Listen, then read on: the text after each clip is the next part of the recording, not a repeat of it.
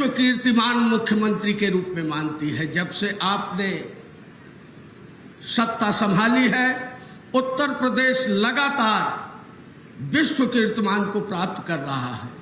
चाहे वो प्रयाग का कुंभ हो, जहां लगातार 3 वर्ल्ड रिकॉर्ड बने, चाहे रामनगरी अयोध्या का वह दीपोत्सव जिसे आपने प्रारंभ कराया, हर वर्ष वहां एक नया विश्व रिकॉर्ड बनता है, चाहे अभी हाल में विधानसभा का चुनाव हो। उत्तर प्रदेश के इतिहास में पहली बार ऐसा हुआ कि मुख्यमंत्री रहते हुए कोई दोबारा मुख्यमंत्री की शपथ लेता है।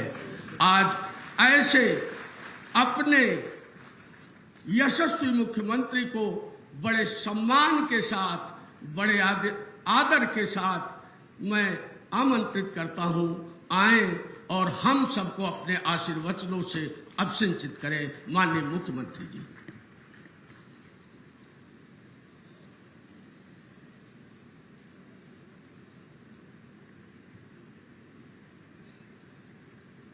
हिंदुस्तान समाचार का एजेंसी के अमृत पर्व प्रवेश के इस समारोह में मंच पर उपस्थित सरदेव भैयाजी जोशी जी, हिंदुस्तान समाचार समूह के कार्यकारी अध्यक्ष सम्मान्य श्री अरविंद माडीकर जी, राष्ट्रीय स्वयंसेवक संघ के अखिल भारतीय प्रचार प्रमुख सम्मान्य श्री सुनील आंबेकर जी, राष्ट्रीय स्वयंसेवक संघ के सह क्षेत्र संचालक पूर्वी उत्तर प्रदेश श्री राम कुमार जी,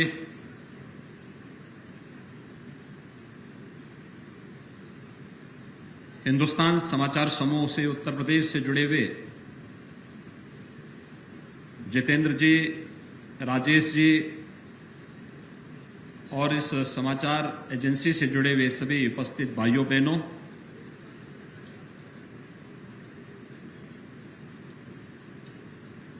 पिछहत्तर वर्ष किसी व्यक्ति के जीवन में हो तो उसके जीवन का वह चतुर्थ काल माना जाता है और किसी संस्थान या समूह से हो तो उसके जीवन की उन ढेर सारी उपलब्धियों से जुड़ा हुआ भी वह एक अवसर होता है जो वह एक लंबे समय से समाज को दे रहा है। व्यक्ति हो या समाज, संस्था हो या समूह, 75 वर्ष का कार्यकाल किसी के भी जीवन के लिए अत्यंत महत्वपूर्ण होता है।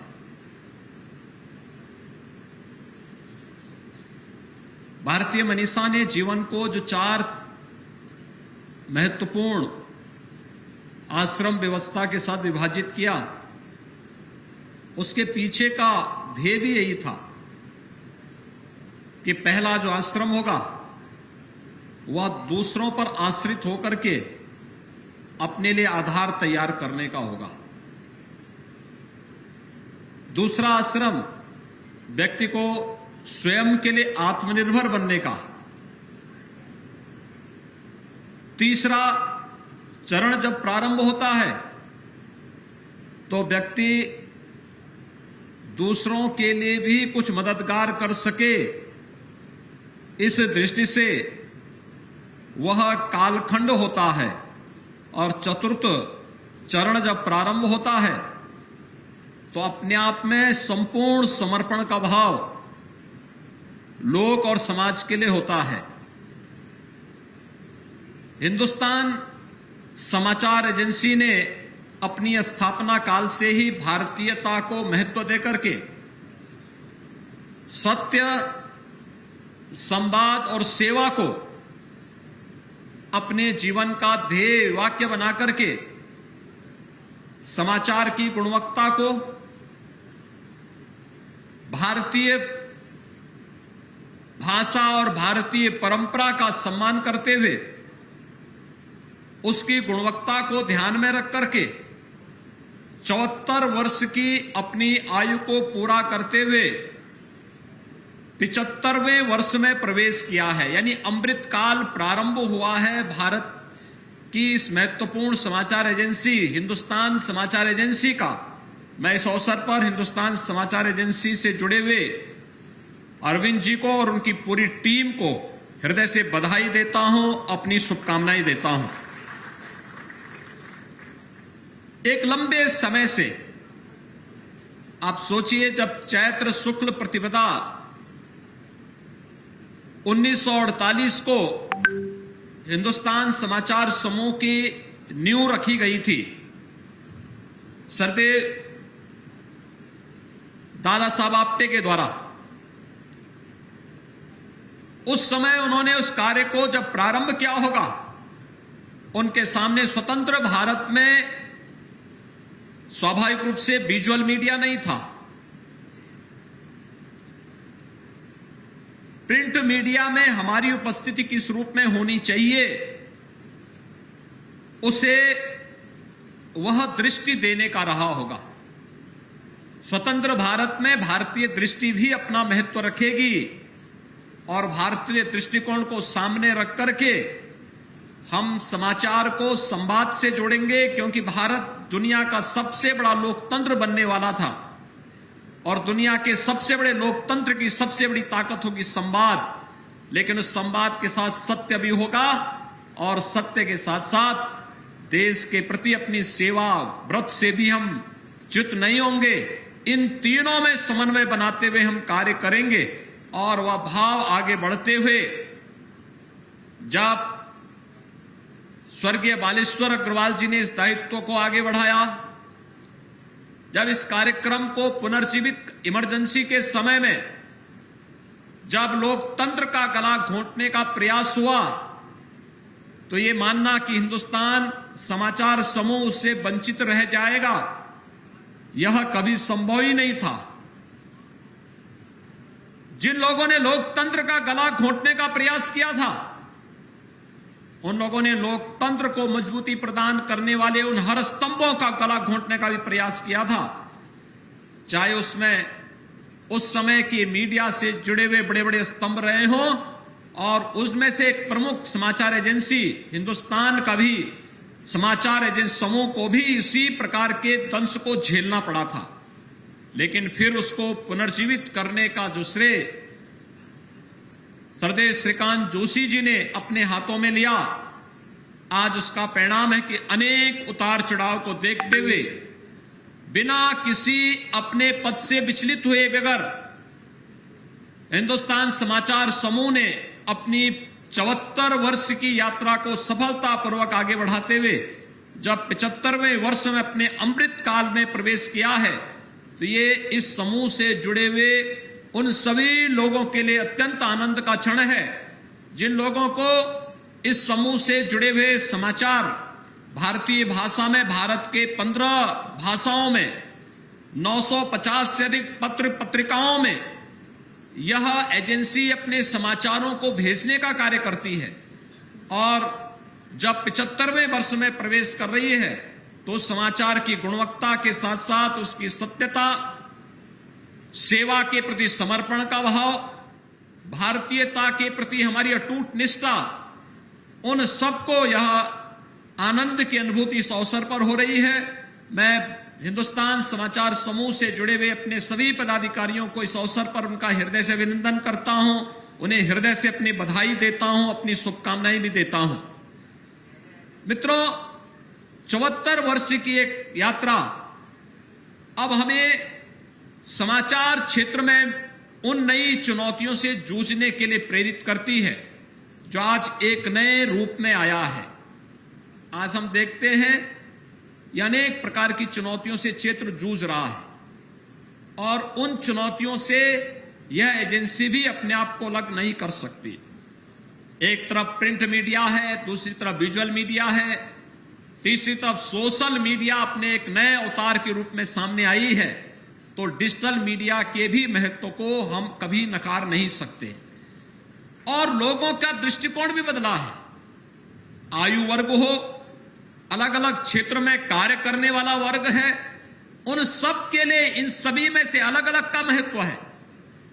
हिंदुस्तान समाचार एजेंसी भी इस दिशा में अपना प्रयास आगे बढ़ा रही है और मुझे प्रसन्नता है कि अमृत काल यह भारतीयता का काल बनना चाहिए, दुनिया के लिए भारतीयता का काल बने।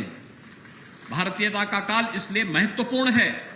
आज आप देख रहे होंगे दुनिया एक तरफ इस सदी की सबसे बड़ी महामारी से जूझ रही है। कोरोना जैसी महामारी पूरी दुनिया को अपने चपेटे में लिए हुए है। दुनिया के बड़े बड़े देश जिन्होंने भौतिक विकास की नई ऊंचाइयों को छुआ, लेकिन कोरोना के सामने पस्त हो गए। वहां कोई प्रोत्साहन नहीं था। हो सकता उनका इन हेल्थ इंफ्रास्ट्रक्चर बहुत अच्छा रहा हो, लेकिन कोरोना के सामने पूरा देश उनका पस्त होता हुआ दिखाई दिया। लेकिन दूसरी तरफ दुनिया का सबसे बड़ा लोकतंत्र भारत है, जिन्होंने प्रधानमंत्री मोदी जी के नेतृत्व में कोविड प्रबंधन की अपनी एक अलग पहचान दुनिया के सामने प्रस्तुत की और भारत के प्रबंधन का लोहा दुनिया को मनवाने में सफलता प्राप्त की।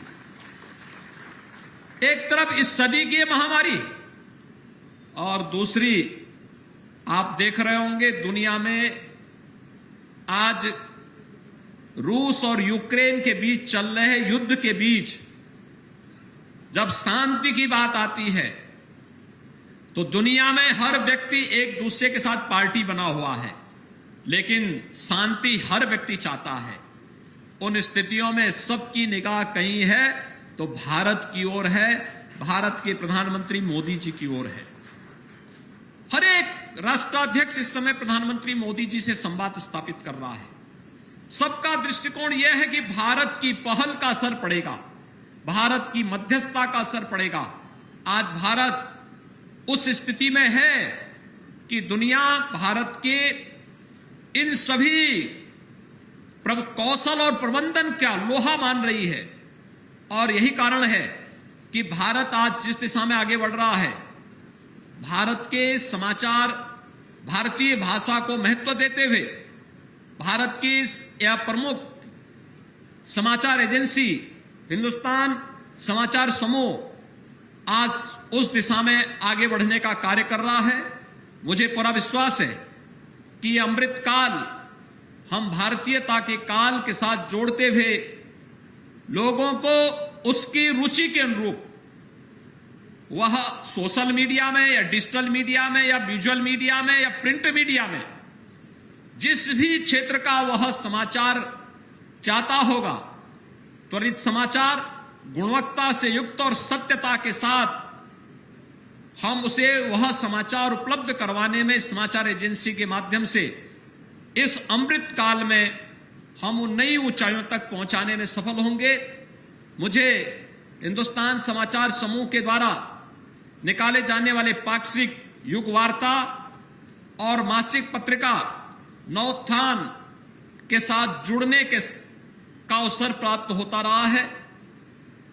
मैंने उनके आलेख देखे हैं, समाचार की गुणवत्ता को देखा है, सत्यता के साथ उनके जुड़ाव को नजदीक से महसूस किया है और आज मैं इस निष्कर्ष पर पहुंचता हूं कि इनके द्वारा किया जाने वाला यह कार्य सचमुच सही समाचार पहुंचाना भी यह एक बहुत बड़ी सेवा है, क्योंकि व्यक्ति उस सत्यता को जान करके फिर अपने आगे की यात्रा को आगे बढ़ाने का कार्य करता, अपनी आगे की योजना बनाता है। उसको सही समाचार देना ये लोकतंत्र की एक सेवा है और हिंदुस्तान समाचार समूह ने लोकतंत्र की उस सेवा को न केवल आजादी के बाद बल्कि इमरजेंसी के दौरान भी और उसके उपरांत भी और आज भी बड़ी मजबूती के साथ आगे बढ़ाने का कार्य किया है। हिंदुस्तान समाचार समूह के 74 वर्ष पूर्ण होने पर, अमृत काल में प्रवेश करने पर मैं एक बार फिर से हृदय से बधाई देता हूं, अपनी शुभकामनाएं देता हूं और विश्वास व्यक्त करता हूं कि नई चुनौतियों से जूझने के लिए इस अमृत काल का उपयोग करते हुए हम प्रत्येक भारत के मानस के अनुरूप समाचार की गुणवत्ता को उपलब्ध करवाने में सफल होंगे। एक बार फिर से मेरी बधाई और शुभकामनाएं। धन्यवाद। जय हिंद। बहुत बहुत आभार माननीय मुख्यमंत्री जी का।